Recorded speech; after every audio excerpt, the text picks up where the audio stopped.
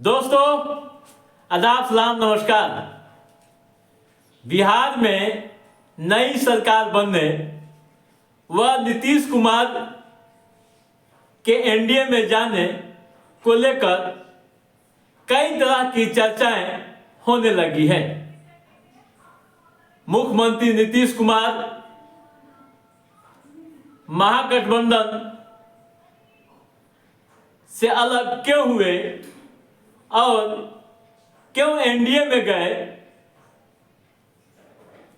इसको ले कई तरह के कयास लगाए जा रहे हैं। खासकर राजनीतिक गलियारों से लेकर विभिन्न क्षेत्रों में चर्चाएं हो रही है। आखिर नीतीश कुमार एनडीए में क्यों गए? पहले जदयू एमएलसी खालिद अनवर की यह जुबानी सुनिए। वे विस्तार से बता रहे हैं कि मुख्यमंत्री को क्यों राजद यानी महागठबंधन छोड़ना पड़ा और फिर से एनडीए में जाना पड़ा। उनकी यह वीडियो सुनिए। सुनेंगे, यकीन जानिए, हम लोग बहुत ईमानदार थे विपक्षी एकता के लिए। नीतीश कुमार बे इंतहा ईमानदार थे विपक्षी एकता के लिए, लेकिन कांग्रेस पार्टी के रवैये ने, कांग्रेस पार्टी के तरीके अमल ने, कांग्रेस पार्टी ने जो जो हरकतें की, उसकी वजह से ये मुमकिन नहीं था कि बिहार के विकास को दांव पे लगा दिया जाता। और बार बार की वार्निंग के बावजूद, खबरदार किए जाने के बावजूद हमने बहुत समझौते किए।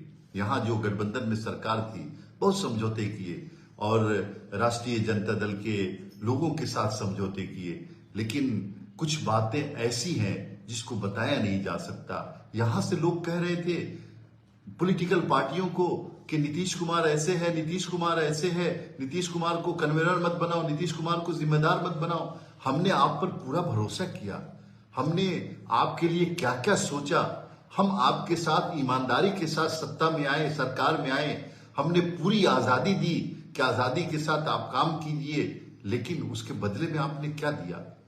ये सब चीजें ऐसी थी जिसके बाद इस गठबंधन में हम देश बदलने आए थे। हम नीतीश कुमार को कोई पर्सनल एजेंडा नहीं था।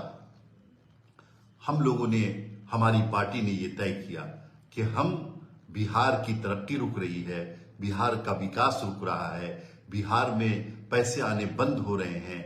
ऐसे में हम इस गठबंधन में नहीं रह सकते जिस गठबंधन की leadership non serious political party के हाथ में हो और कुछ रीजनल पार्टियां जो बिहार की है वो हमारे नेता के ऊपर तरह तरह के इल्जामात आयद करें। नीतीश कुमार जी ने ये डिसीजन लिया, हमारी पार्टी ने डिसीजन लिया। नीतीश कुमार जी ने बहुत लोकतंत्र में यकीन रखते हैं, डेमोक्रेटिक वैल्यूज में यकीन रखते हैं। उन्होंने तमाम पार्टी के तमाम नेताओं को बुलाया, मीटिंग की, उन्होंने सारी बातें खुल के कही। कुछ बातें ऐसी हैं जो अभी मैं नहीं बता रहा हूं, चूंकि मैं नहीं चाहता हूं कि वो पॉलिटिकल इशू बने, लेकिन बातें सारी खुल करके आई और तमाम लोगों ने, जितने एमएलए थे, एमपीज थे, एमएलसीज थे, सब लोगों ने कहा कि हम लोगों की प्रायोरिटी, हम लोगों की तरजीह और हम लोगों की प्राथमिकता बिहार की तरक्की है। हम बिहार की तरक्की के लिए हम गठबंधन नए एनडीए में जाएंगे और एनडीए में आए। कल शपथ हुआ। अब इसके ऊपर तरह तरह का वावेला मचाया जा रहा है, लोगों के दिलों में खौफ बैठाने की कोशिश हो रही है। आपको, हमको याद नहीं है क्या कि 2005 से नीतीश कुमार जी मुख्यमंत्री हैं। नीतीश कुमार जी ने बिहार को कैसे चलाया है, किस तरह तरक्की दी है, किस तरह रोजगार की लाइन झड़ी लगा दी है। 2000, आपको आज कुछ लोग दावा करते हैं कि हमारी वजह से रोजगार हुआ।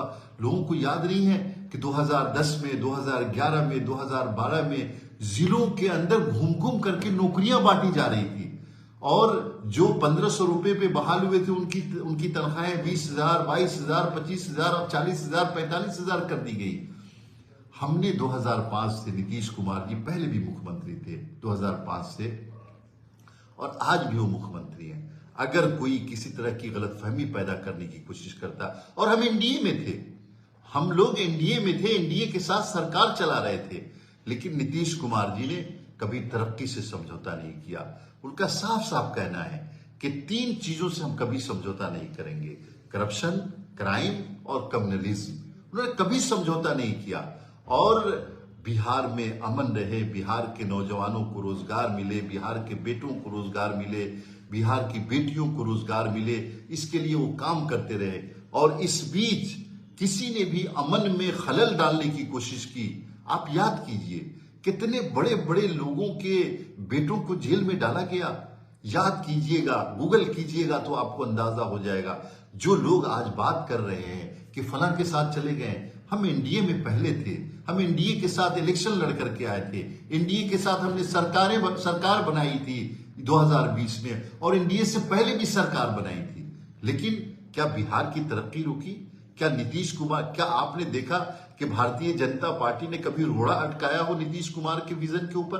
क्या आपने देखा कि भारतीय जनता पार्टी ने कभी बिहार के अमन में खलल डालने की कोशिश की हो? और अगर किसी ने कोशिश भी की, नीतीश कुमार जी ने जब कार्रवाई की तो किसी ने रोका क्या? कभी एक कैबिनेट मिनिस्टर के बेटे ने गलती की, उसको गिरफ्तार किया गया, जेल भेजा गया, और पूरी भारतीय जनता पार्टी नीतीश कुमार जी के साथ खड़ी थी। मैं ये बात इसलिए कह रहा हूं कि आज खास तौर से मुसलमानों के अंदर ये कुछ लोग खौफ बैठाने की कोशिश कर रहे हैं कि ये लोग आ गए हैं, वो लोग आ गए हैं। याद रखिए, कोई गलत नहीं होता, कोई बुरा नहीं होता। ये चंद लोग हैं जो मुसलमानों में खौफ बैठा करके राजनीति और सियासत की रोटियां सेकते हैं। आपको याद है कि जब इस देश में एनआरसी और सीए की बात हो रही थी, कौन ऐसा स्टेट था एनडीए का एनडीए का कौन सा स्टेट था जिसने सबसे पहले हाउस में प्रस्ताव पास किया कि बिहार में एनआरसी नहीं होगी और एनपीआर लागू नहीं होगा? याद है आपको? ये नीतीश कुमार जी की सरकार थी और भारतीय जनता पार्टी के अलायंस में हम लोग थे। उस वक्त ये पास हुआ था।